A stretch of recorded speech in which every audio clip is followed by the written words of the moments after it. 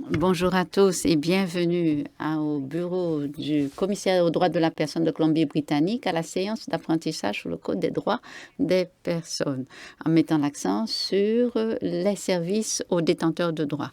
Merci d'être parmi nous. Je suis Megan Toll et mes pronoms sont elle et elle. Je suis une conseillère en engagement au bureau du commissaire aux droits de la personne de la Colombie-Britannique.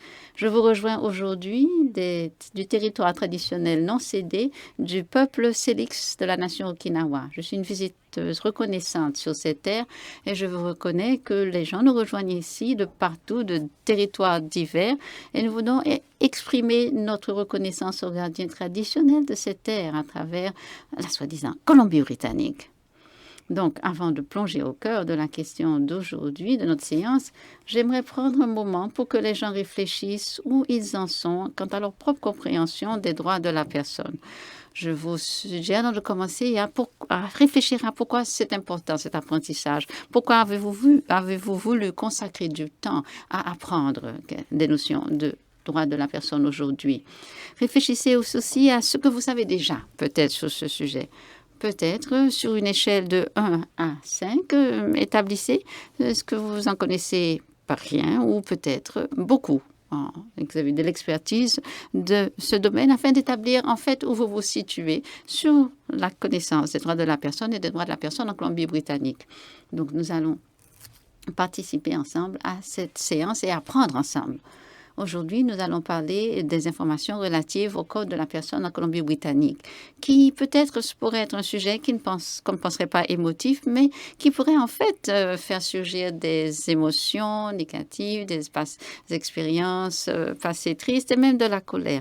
Et nous, au bureau donc de la Commission des droits de la personne Colombie-Britannique, nous reconnaissons que ce sujet peut être difficile. Donc, nous voulons que vous ayez de la sollicitude pour vous-même pendant cette séance. Donc, n'hésitez pas à faire pause quand nécessaire. Nous savons que non seulement pendant la séance, mais par la suite, des émotions peuvent surgir. Alors, prenez le temps et si vous voulez vous brancher à nous communiquer avec nous pour d'autres ressources, n'hésitez pas à le faire. Nous fournirons des coordonnées à la fin de cette séance. À cette séance d'aujourd'hui, nous espérons couvrir ce que vous voyez à notre ordre du jour à l'écran. Nous avons donc les ouvertures de la séance, les présentations. Nous allons faire une introduction au BC Human Rights Code, ou le Code, comme nous l'appelons. On va parler des services en tant que domaine protégé en vertu du Code. Et nous allons partager des réalités vécues par le tribunal, des scénarios de cas réels. Voici les objectifs d'apprentissage d'aujourd'hui.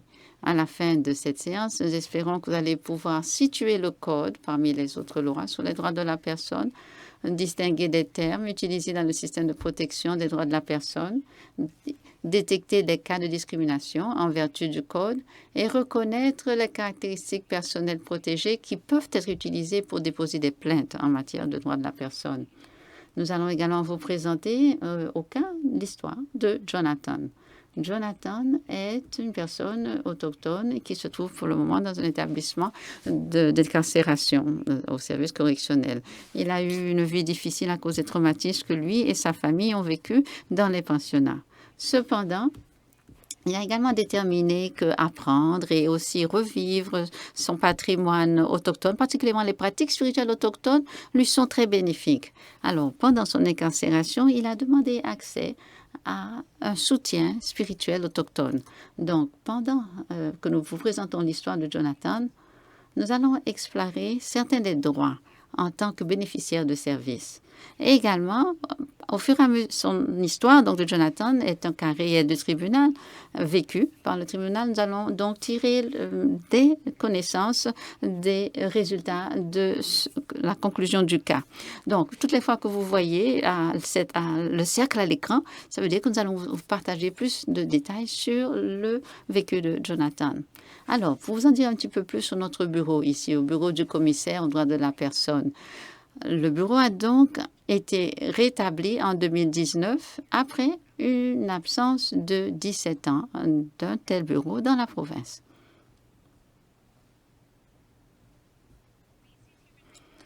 Notre Le commissaire des droits de la personne en Colombie-Britannique, Kessira Govind, a commencé son mandat de 5 ans en septembre 2019. Comme vous le voyez sur son mandat, notre bureau existe pour s'attaquer aux causes profondes d'inégalité, de discrimination et d'injustice en Colombie-Britannique, en faisant évoluer les lois, les politiques, les pratiques et les cultures.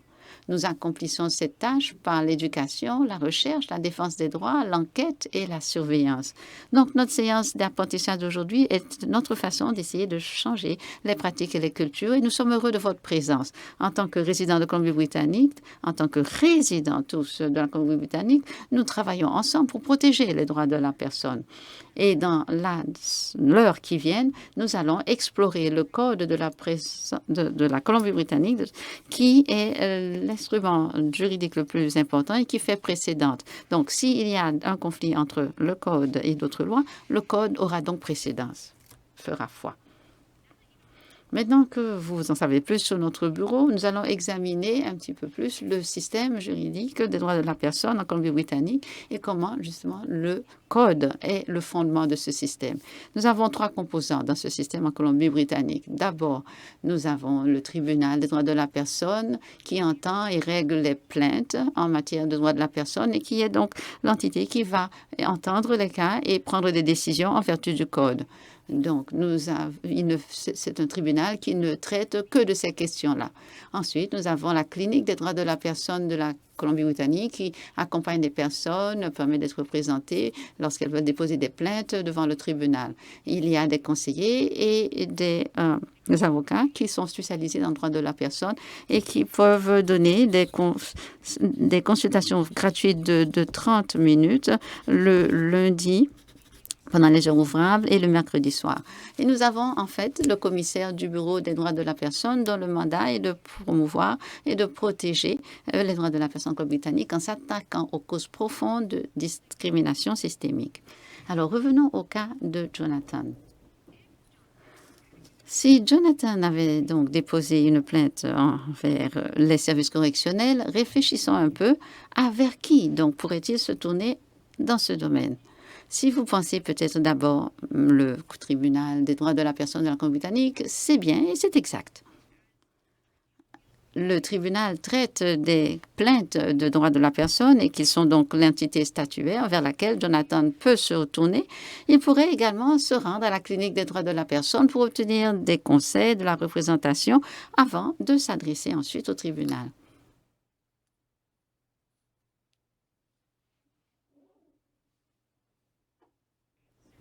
En tant que bénéficiaire de services en Colombie-Britannique, vous avez des droits en vertu du code.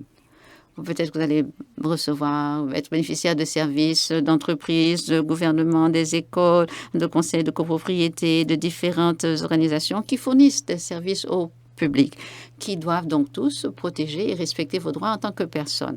Par exemple, un restaurant ne peut pas refuser de vous servir à cause de votre lieu d'origine et de votre lieu d'appartenance. Donc, tout service donc est à son public et parce qu'on ne peut pas nécessairement desservir tout public en tant que tel, comme par exemple le service correctionnel, ça ne veut pas dire que ce ne serait pas considéré comme étant un service au regard du code. Alors, revenons au cas de Jonathan.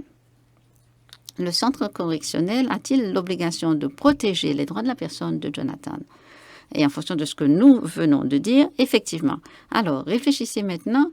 Quelles sont donc les responsabilités inhérentes quand il faut protéger les droits de la personne de Jonathan? Nous allons explorer ceci pendant cette séance. À cette étape-ci, je voudrais donc vous encourager à visionner cette vidéo que nos collègues au bureau ont élaborée pour mieux vous aider à comprendre les droits de la personne.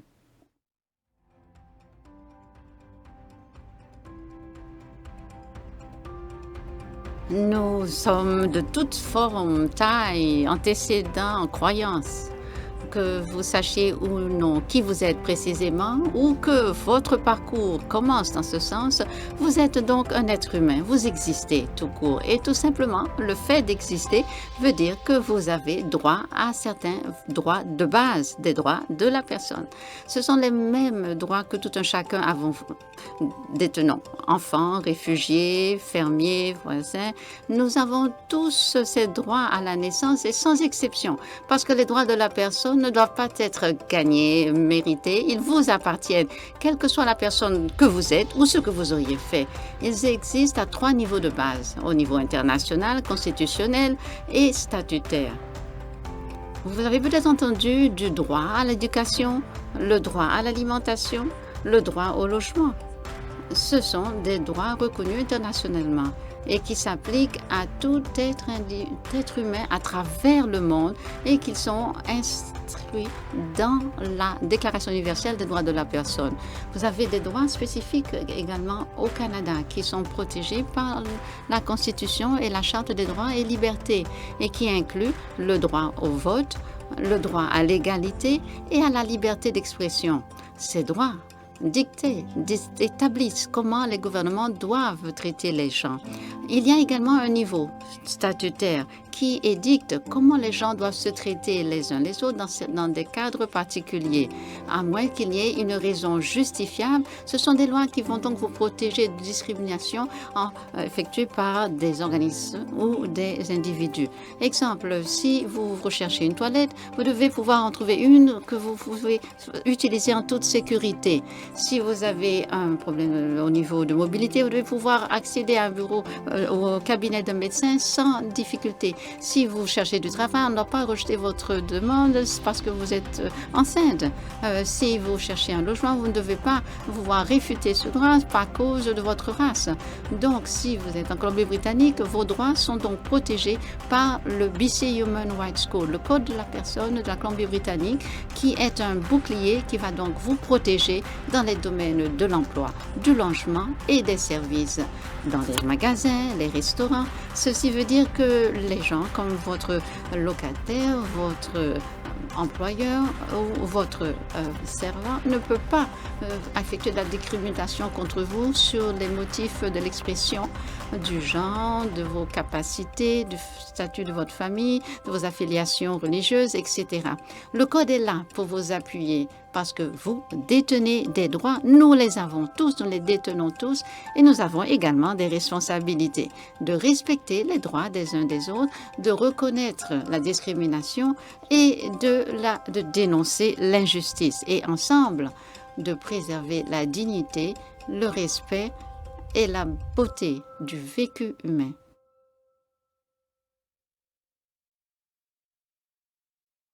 J'aime toujours voir cette vidéo, même si je l'ai visionnée plusieurs fois. Et donc, parlons maintenant des 3 niveaux de droits de la personne dont on a discuté. Et en premier, à l'international, et donc ça, c'est la Déclaration des droits de l'homme. Et la loi sur les droits de l'homme gouverne l'État avec leurs relations avec les individus et ne peuvent être appliquées que s'ils sont écrits dans la loi.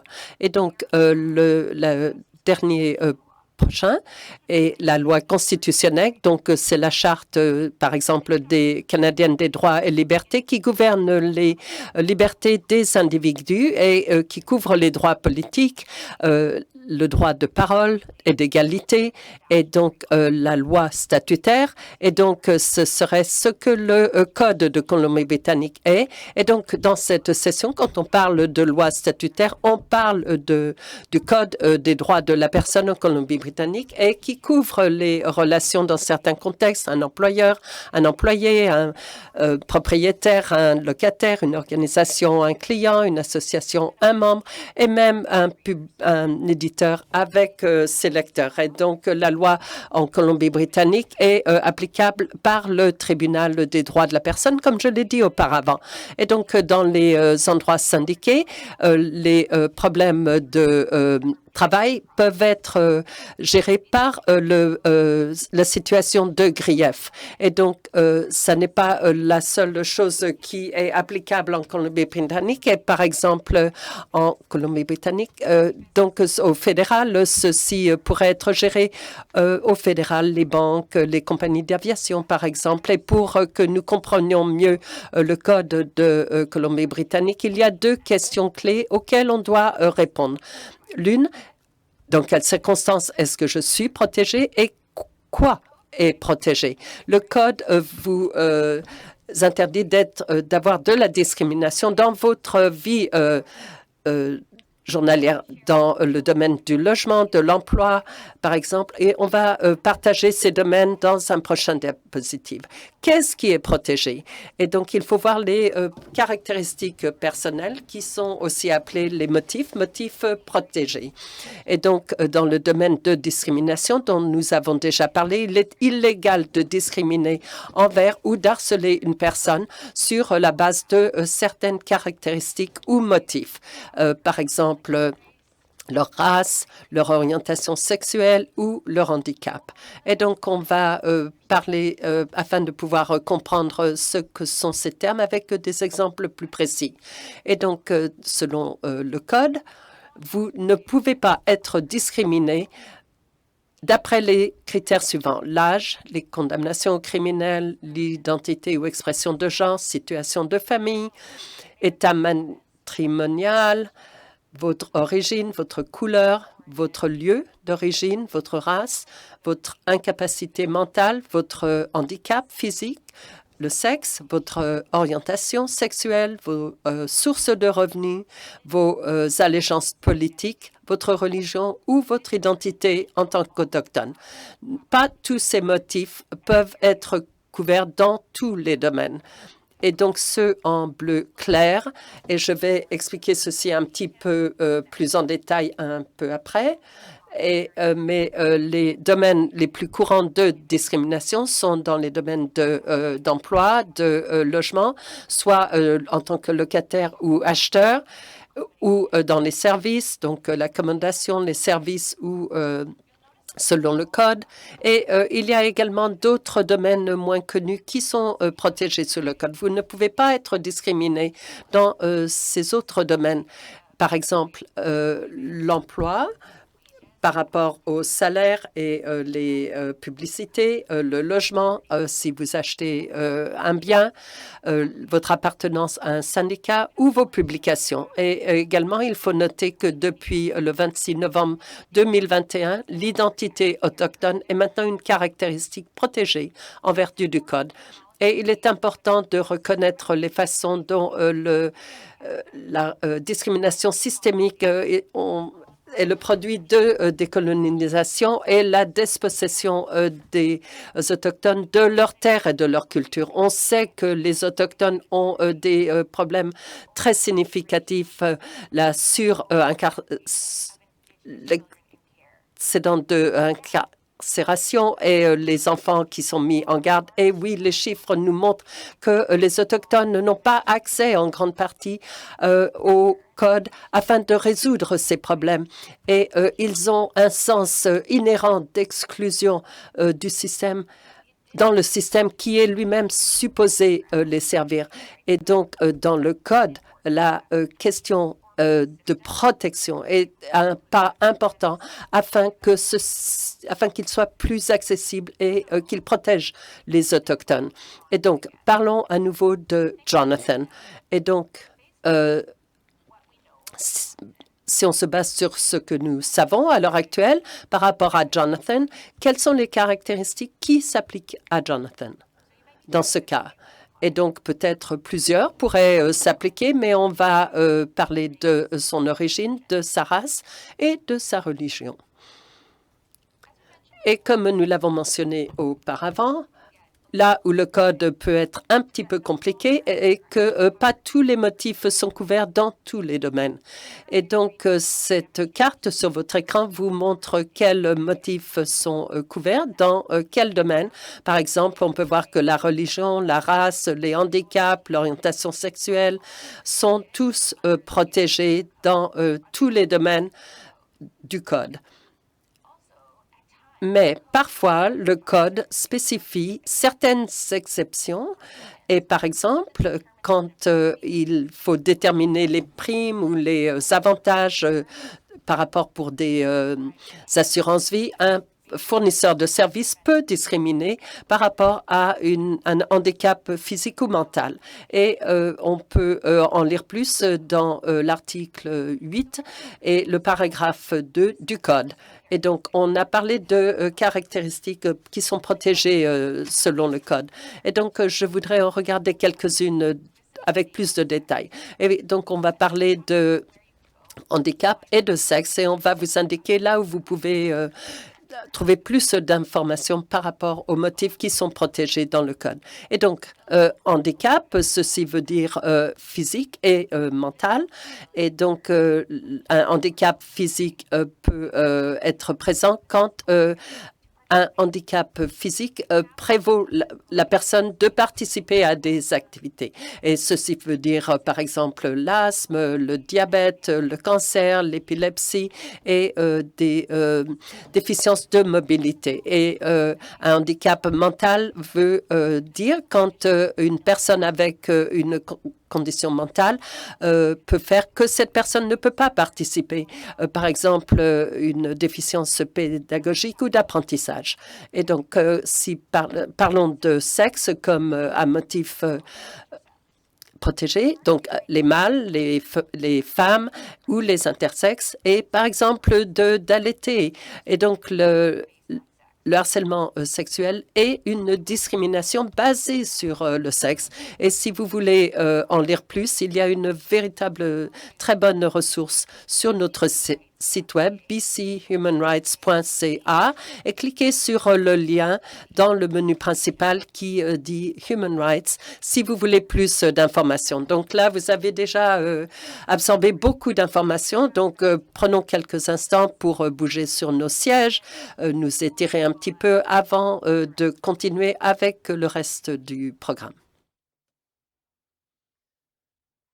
Et donc, j'aimerais parler. Comment est-ce qu'on peut discerner la discrimination selon le code? Lorsque le code de Colombie-Britannique, il y a les 3 points suivants qui sont présents. La personne possède une ou plusieurs caractéristiques personnelles protégées par le code. 2, subit un préjudice ou un effet préjudiciable. Et 3, les caractéristiques personnelles sont un facteur dans le préjudice ressenti. Et plus tard dans cette session, nous allons appliquer ces critères à des scénarios inspirés de véritables cas dans le tribunal. Et donc, si la personne peut prouver le suivant, ce qui est inscrit, ils ont prouvé leur cas. Mais ça n'est pas la fin de l'analyse parce que le fournisseur de services peut indiquer qu'ils avaient raison d'avoir fait ce qu'ils ont fait. Et donc, il est à noter que le code interdit aux personnes d'être maltraitées ou d'avoir une rétaliation.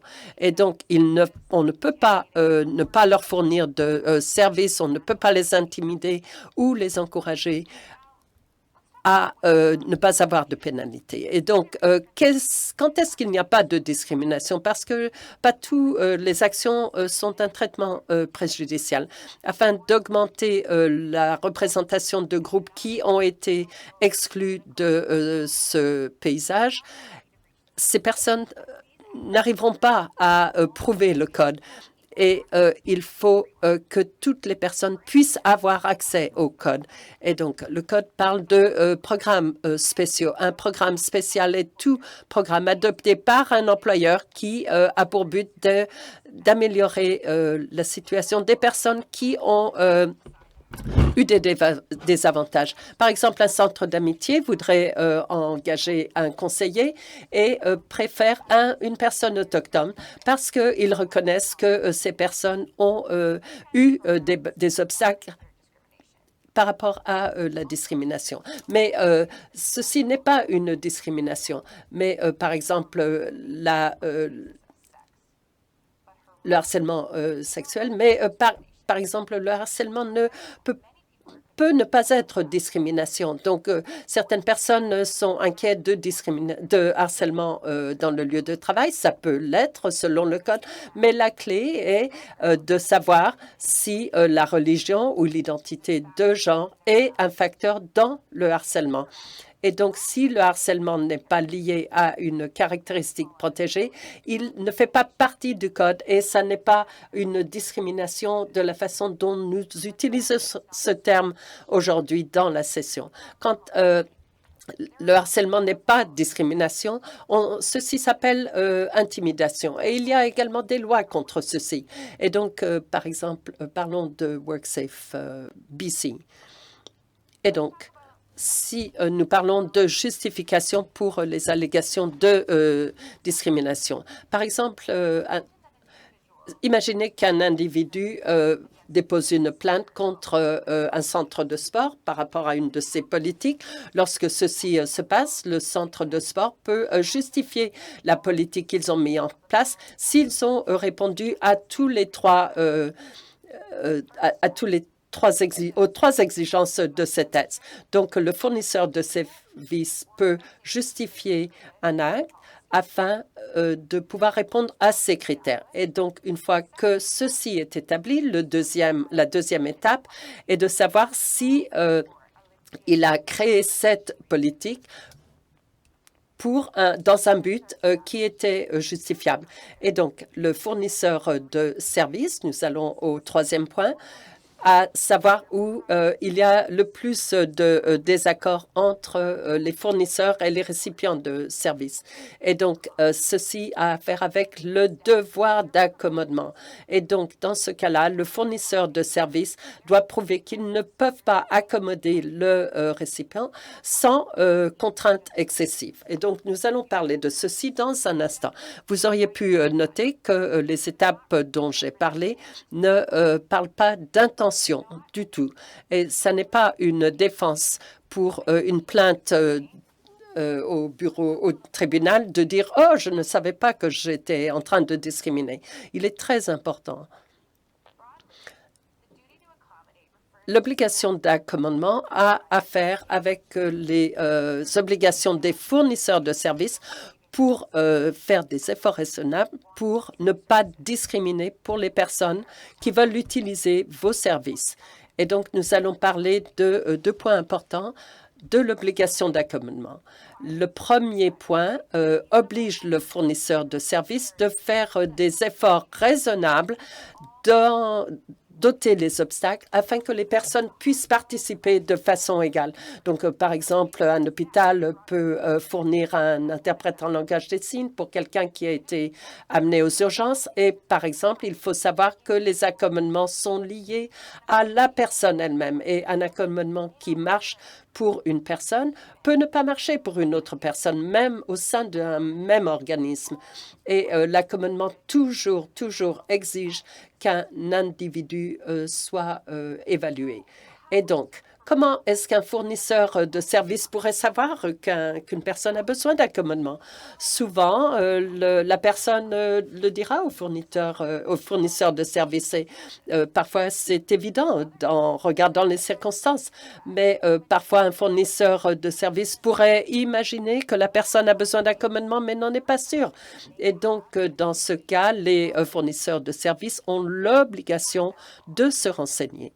Par exemple, si on pense à cet exemple, un nouvel étudiant qui a des problèmes pour arriver aux exigences pédagogiques et qui a un problème d'attention pour apprendre de nouvelles matières. Et donc, peut-être qu'il a un handicap d'apprentissage et peut-être que c'est la cause. Et dans ce cas-là, l'école sans doute a l'obligation de se renseigner, avoir une conversation avec l'enfant, la famille de l'enfant ou d'autres ressources, peut-être l'enseignant, les conseillers, et peut-être obtenir des informations médicales, une évaluation pédagogique pour l'enfant afin de s'assurer que l'école a besoin peut répondre aux besoins de l'enfant.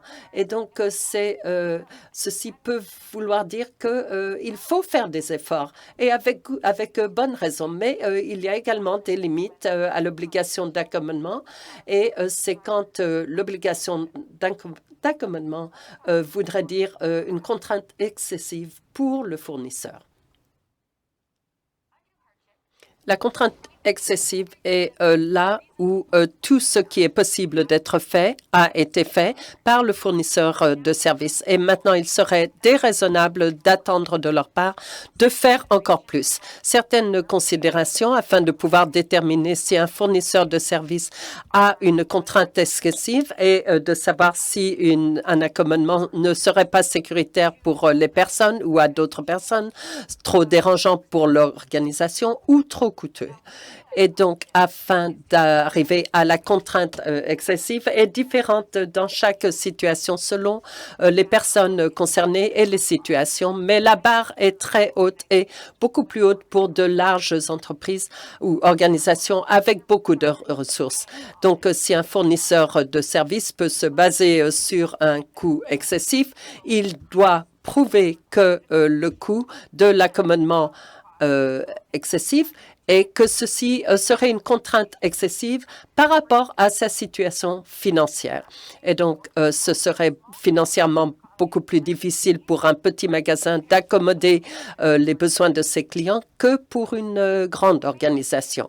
Et souvent, on pense d'accommodation que les employeurs doivent faire pour un employé. Mais ceci a à faire aussi avec les services et les fournisseurs de services et ce que les fournisseurs de services offrent aux clients. Et donc, on a vu ça avec la pandémie, avec beaucoup d'heures qui ont été créées pour les seniors afin d'arriver à faire leur commission ou en ligne pour les clients. Et donc, ceci sont des exemples d'accommodement et dans la fourniture de services. Et donc, ces accommodements n'ont pas à être parfaits ou exactement ce que l'utilisateur a demandé, mais ils doivent être raisonnables. Et donc, parlons à nouveau de Jonathan. Dans cette situation, le centre correctionnel a le droit, l'obligation de l'accommoder par rapport à ses pratiques religieuses et spirituelles.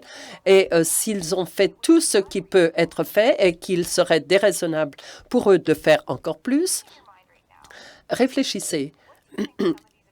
Que pensez-vous que ces accommodements pourraient être? Certaines choses pourraient survenir, vous pourriez penser à certaines choses, mais en fin de cette session, on va voir une décision qui a été prise dans dans un cas similaire à celui de Jonathan, et on va voir. Et donc, le dernier aspect du code, avant d'entrer dans ces scénarios, est la réparation. Donc, le but de réparation, selon le code, n'est pas de punir, mais de restaurer la personne qui souffre de discrimination au même point où elle aurait été s'il n'y avait pas eu de discrimination, et également afin que ceci ne se repasse pas. Si le tribunal décide que le fournisseur a enfreint le code, le demandeur a droit à réparation. Si par hasard le centre communautaire a discriminé un client par rapport à son handicap et que ça aurait été une contrainte excessive, le tribunal va décider quelles seront les réparations. Donc, quelles sont les réparations que le tribunal peut ordonner sont inscrites dans le code. Et dans ce cas, selon ce que le plaignant a demandé, ça pourrait donner au plaignant ce qu'on ne lui a pas donné, un service, un bénéfice ou une compensation monétaire pour injure, indignité, manque de respect. Et ceci peut être également systémique. Et il faut décider certaines choses afin que ceci ne continue pas à mettre en place des politiques, des formations afin de pouvoir éviter ce genre de discrimination, que ceci ne continue pas. Et donc, par exemple, des politiques d'éducation, de formation par rapport à un handicap. Les ordonnances du tribunal sont comme des ordonnances des tribunaux provinciaux. Elles peuvent être appliquées. Et maintenant, nous allons regarder, voir comment identifier la discrimination en regardant des réalités vécues par les tribunaux. Et donc, je vais vous indiquer 3 situations anonymisées par le tribunal. Et vous allez décider afin de savoir si les 3 critères sont remplis. Et comme je l'ai dit dans la présentation, identifier la discrimination selon le code est notre objectif clé aujourd'hui. Et donc, dans ces exemples, nous aimerions vous présenter ces situations, mais nous voulons vous dire que la loi, comme les êtres humains, sont complexes. Et donc, les exemples dont je vais parler sont également complexes parce que ce sont des sommaires de véritables situations. Vous pourriez trouver que ces situations sont dérangeantes. Et donc, ne perdez pas d'optique de bien prendre de vous alors que nous parlons de ces scénarios. Et donc, est-ce que vous vous rappelez comment détecter les cas de discrimination? À voir si vous vous souvenez. Et donc, si vous vous souvenez, une personne est victime de discrimination en vertu du code si toutes les conditions suivantes sont réunies. 1, elle possède une ou plusieurs caractéristiques protégées par le code. 2, elles ont subi un préjudice ou un effet préjudiciable. Et 3, ces caractéristiques personnelles sont un facteur de préjudice. Et donc, pensons à ces questions alors que nous regardons les études de cas. Et donc, le premier cas est les services offerts à un centre correctionnel. Et ceci a à faire avec l'histoire de Jonathan dont nous avons parlé au cours de cette section. Comme vous le savez, Jonathan est autochtone. Il croit et prend part aux pratiques spirituelles autochtones. Et pendant sa détention, il a passé beaucoup de temps en isolement dans différents établissements. Et tous ces établissements affirment qu'ils offrent un soutien spirituels autochtones par leurs agents de liaison autochtones. Mais pendant son isolement, Jonathan a demandé à bénéficier d'aide spirituelle autochtone en ayant accès à de la littérature et à un agent de liaison autochtone. On lui a dit en premier qu'il recevrait la visite d'un agent de liaison autochtone, mais les responsables des établissements n'ont pas donné suite à ces demandes. Et Jonathan n'a pas reçu d'aide malgré ses demandes répétées pendant 2 ans jusqu'à sa sortie d'isolement. Mais lorsqu'il a demandé à rencontrer un aumônier chrétien et à obtenir de la littérature chrétienne, il a reçu une visite dans un délai raisonnable. Donc, réfléchissons à ce cas devant le tribunal et posons-nous la question. Est-ce que Jonathan avait présenté une caractéristique en vertu du code? Donc, on a parlé de l'histoire de Jonathan beaucoup et on sait que oui, Jonathan est d'origine autochtone et prend part aux pratiques spirituelles autochtones. Donc, la deuxième question, est-ce qu'il a obtenu un impact adverse dans cette situation? Oui, oui, tout à fait. Et donc, on ne n'a pas donné à Jonathan un conseiller autochtone par rapport à sa foi, et alors qu'il était ségrégué. Et donc, en dernier, est-ce que les caractéristiques personnelles étaient un facteur dans l'impact négatif allégué? Et donc, le tribunal a décidé que oui. Jonathan a essayé de demander des services autochtones alors qu'il était en isolation, mais on ne les lui a pas offerts. Et donc, par contre, les service chrétien avait été offert aux détenus dans un délai raisonnable. Et donc, il était raisonnable de penser que l'origine de Jonathan ou ses origines étaient un facteur dans le déni de service spirituel autochtone en tant que détenu en isolement. Regardons une deuxième étude de cas. Ceci a à faire avec l'épicerie.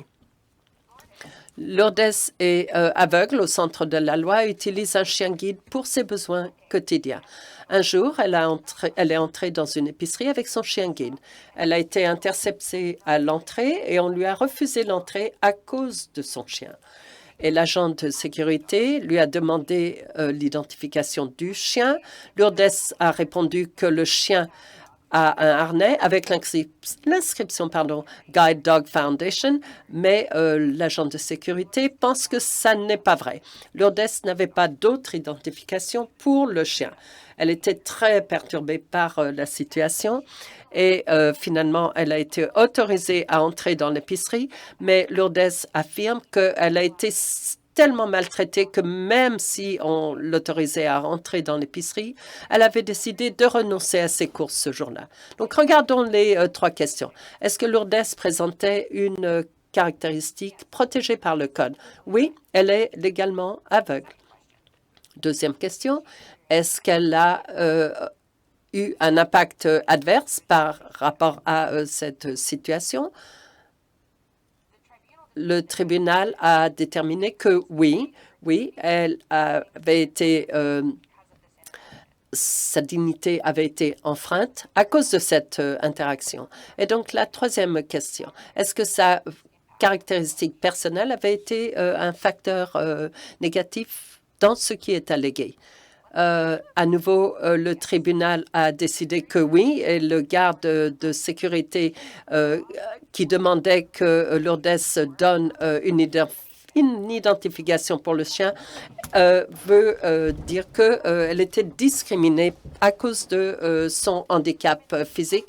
Il était éminemment évident qu'elle était aveugle et que son chien était un chien digne et qu'il n'était pas raisonnable d'avoir à le prouver avec une identité ou quoi que ce soit d'autre.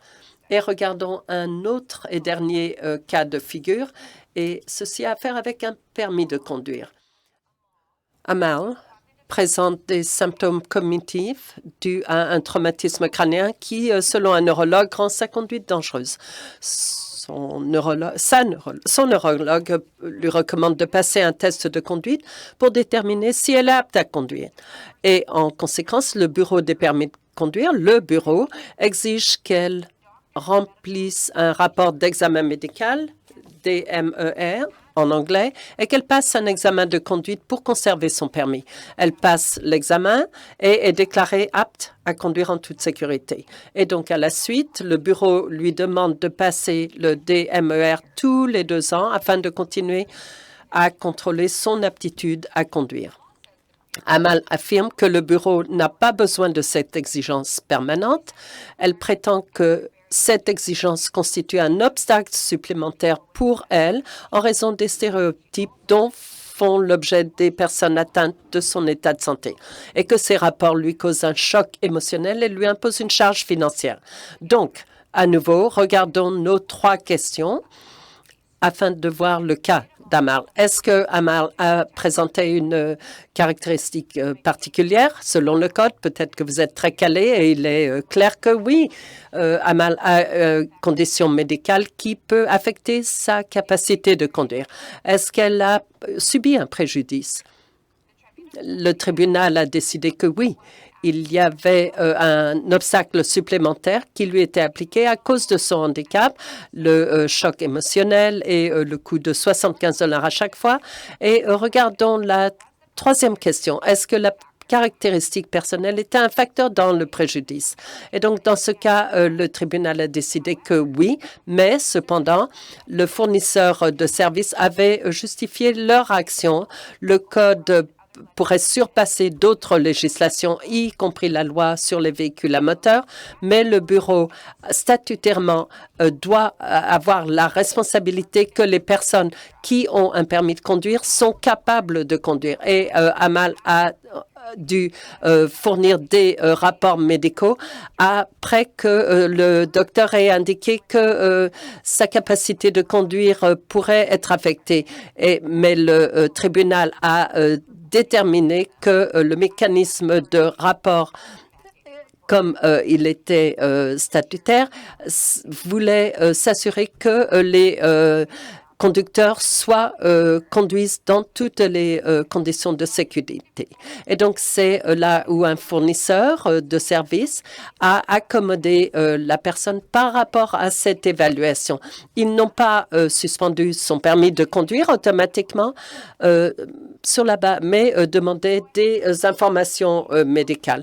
Et donc, j'espère que ces études de cas vous ont aidé à comprendre quels sont les critères à atteindre selon le code. Et donc, ce que nous avons examiné dans cette section, nous avons, avec espoir, situé le code parmi d'autres lois sur les droits de la personne, reconnu des termes utilisés dans le système de protection, détecter les cas de discrimination en vertu du code et reconnu les caractéristiques personnelles qui peuvent être utilisées pour déposer des plaintes. Et nous vous remercions d'avoir pris le temps aujourd'hui pour discuter et apprendre au sujet du code. Et nous pensons vraiment de créer une Colombie-Britannique libre de discrimination veut dire qu'il faut nous éduquer et éduquer les autres.